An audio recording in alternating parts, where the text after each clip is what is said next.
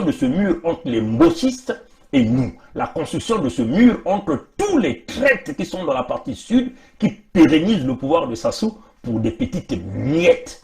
C'est cela la vision. Et nous invitons à tous les jeunes qui sont partout au Congo. Vous voyez que notre sœur Merveille venait de perdre la vie à cause d'un masque ou d'une bavette. Mais on est en train de vous tuer à petit feu.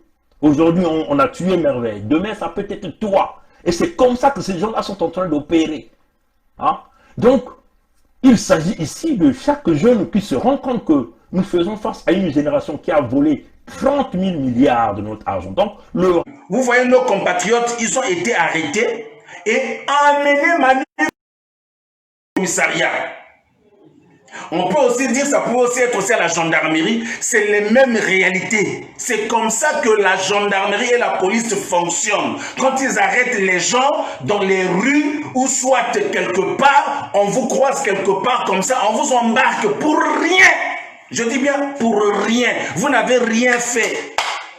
Ces personnes-là n'avaient rien fait, mais on les a embarqués comme Merveille. Merveille n'avait rien fait.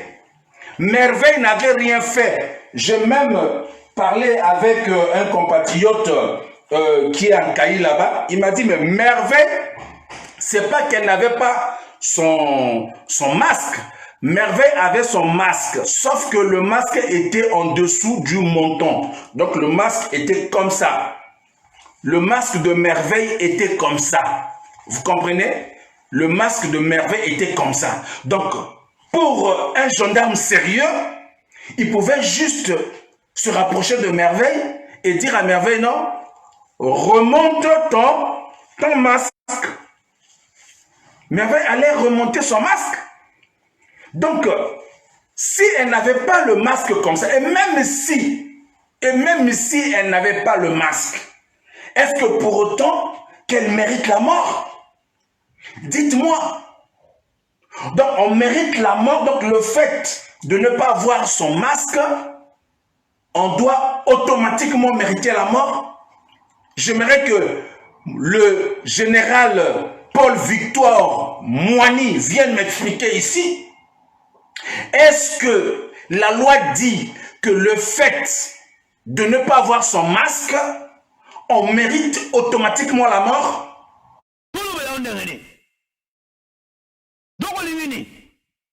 Nous, les propriétaires du pays, combien ça couvrait devant toi? Donc, on l'a violencé, hein, comme vous savez, ce sont des répressions. Hein. Les techniques de ce système sont connues.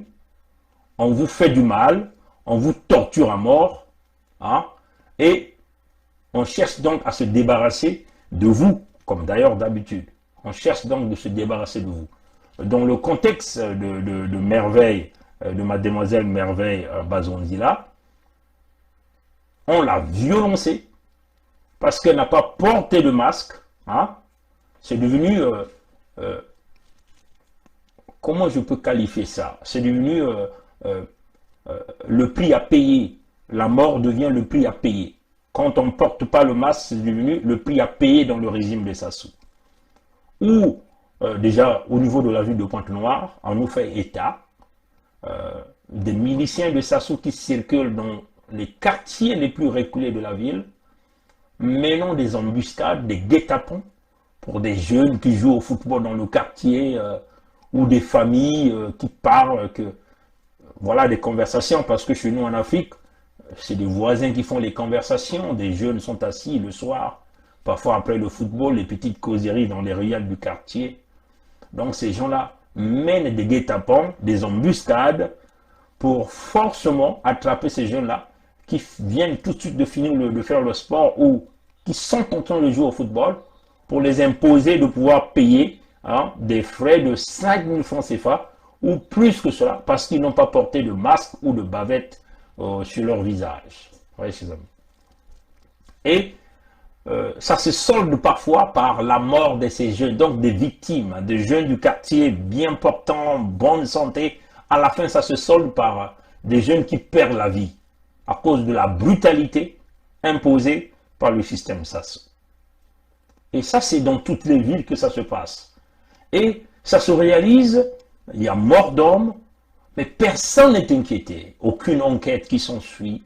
Ceux qui commettent les crimes demeurent en liberté, parce que nous avons un système de justice, une police, une gendarmerie, au service des milices, des écuries de Sassou Nguesso, qui ont le mot d'ordre de tuer. La plupart des temps, la violence, la plus cruelle de ces milices se passe dans les quartiers sud ou dans les villes du sud du Congo. C'est-à-dire que là où le régime de Sassou n'a aucune popularité.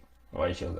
Donc on peut simplement dire le bastion des républicains, c'est-à-dire des Congolais qui ont compris qu'il faut se doter du caractère républicain en face d'une dictature qu'on nous impose, en face des gens qui ont pillé l'argent du Congo. On dit bien, ils détiennent 30 000 milliards des francs CFA, des fonds du contribuable congolais, que ces gens-là ont pris, ils ont caché chez eux, dans les bunkers personnels, à l'extérieur du Congo, dans les paradis fiscaux, et au détriment du peuple qui manque de tout. Même le minimum du système médicalisé n'existe pas. Tout ça, mais aujourd'hui la gendarmerie est devenue un foutoir.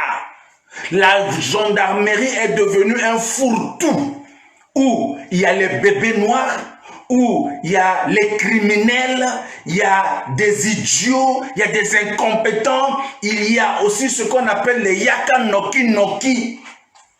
Mossa les ana Brazzaville, Yaka Noki Noki, gendarmerie kuna. Donc ils ne connaissent rien du tout.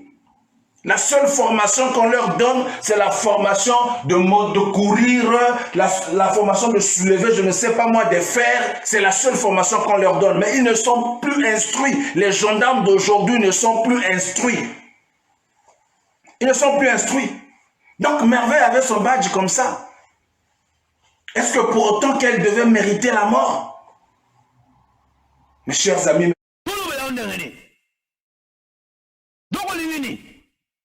nous, les propriétaires du pays, combien ça courait devant toi?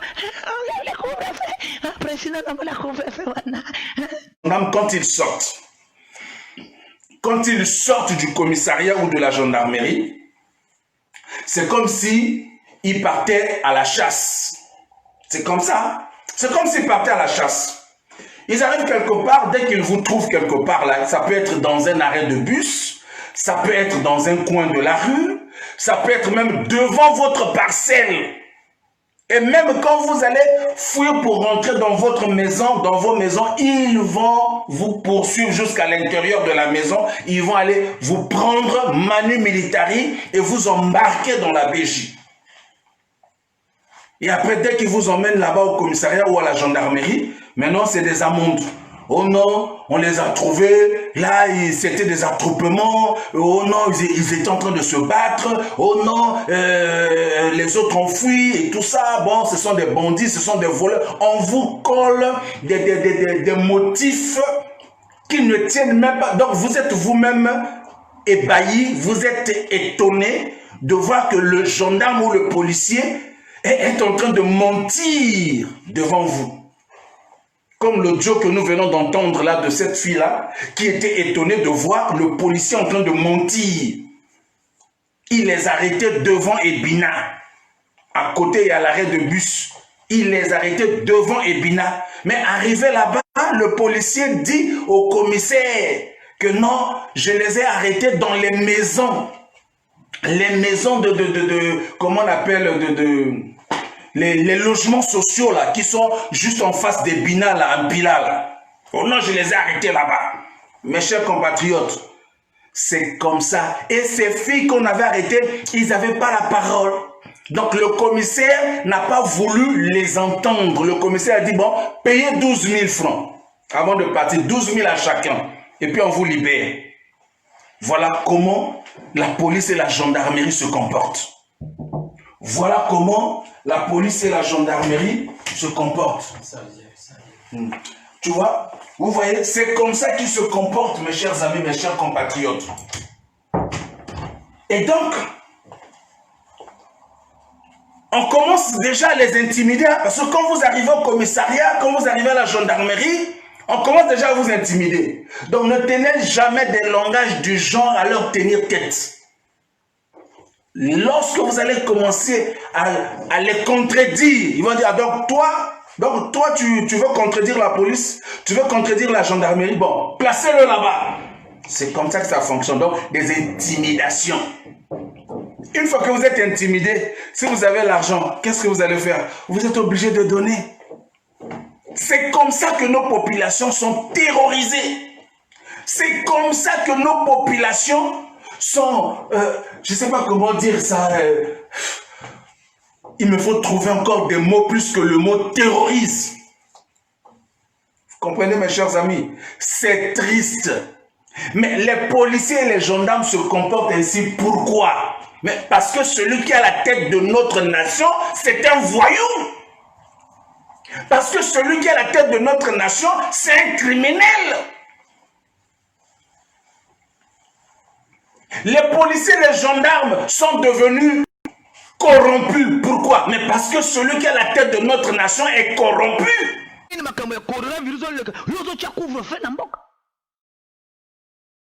Donc, vous avez un bateau qui est banamiké na yo kaka. L'avenir des mochés. Nyanga mola ya koloba yo za kana tribal boya kaka ulinga ko saka bato. Yo za tribal yo linga bato te. Couvre-feu na yo wana tolobi, le mot la couvre-feu na yo wana. Parce que ce que tu ne comprends pas. Continuons à les regarder. Continuons à soutenir ceux qui sont en train de soutenir Sassou là. Continuez à soutenir Sassou. Continuez à soutenir Sassou. Mokolo comme la yo. Mokolo yo comme victime il y a régime wana ni mokolo yo comprendre que au bunga hintela. Cela, la véritable vision pour nous la véritable vision. Pour terminer, je vais simplement dire que la plus grande bataille, notre plus grande bataille doit être dans l'esprit. Notre plus grande bataille doit être dans l'esprit. Si nous pouvons vaincre la peur à l'intérieur, alors conquérir le terrain à l'extérieur n'est qu'une question de temps. Donc nous allons vaincre la peur intérieure et pour nous conquérir le terrain physiquement ne sera qu'une question de temps. Donc nous invitons les jeunes du Congo partout où nous sommes à nous lever dans l'esprit combatif de mettre fin à cette racaille politique qui va continuer à nous endormir avec un dialogue, avec des plateformes, avec des réunions. Mais il s'agit ici de mettre un mur définitif entre nous et le système Sassou. Voilà un peu ce que je tenais à dire ce soir. Comme on a dit, c'est un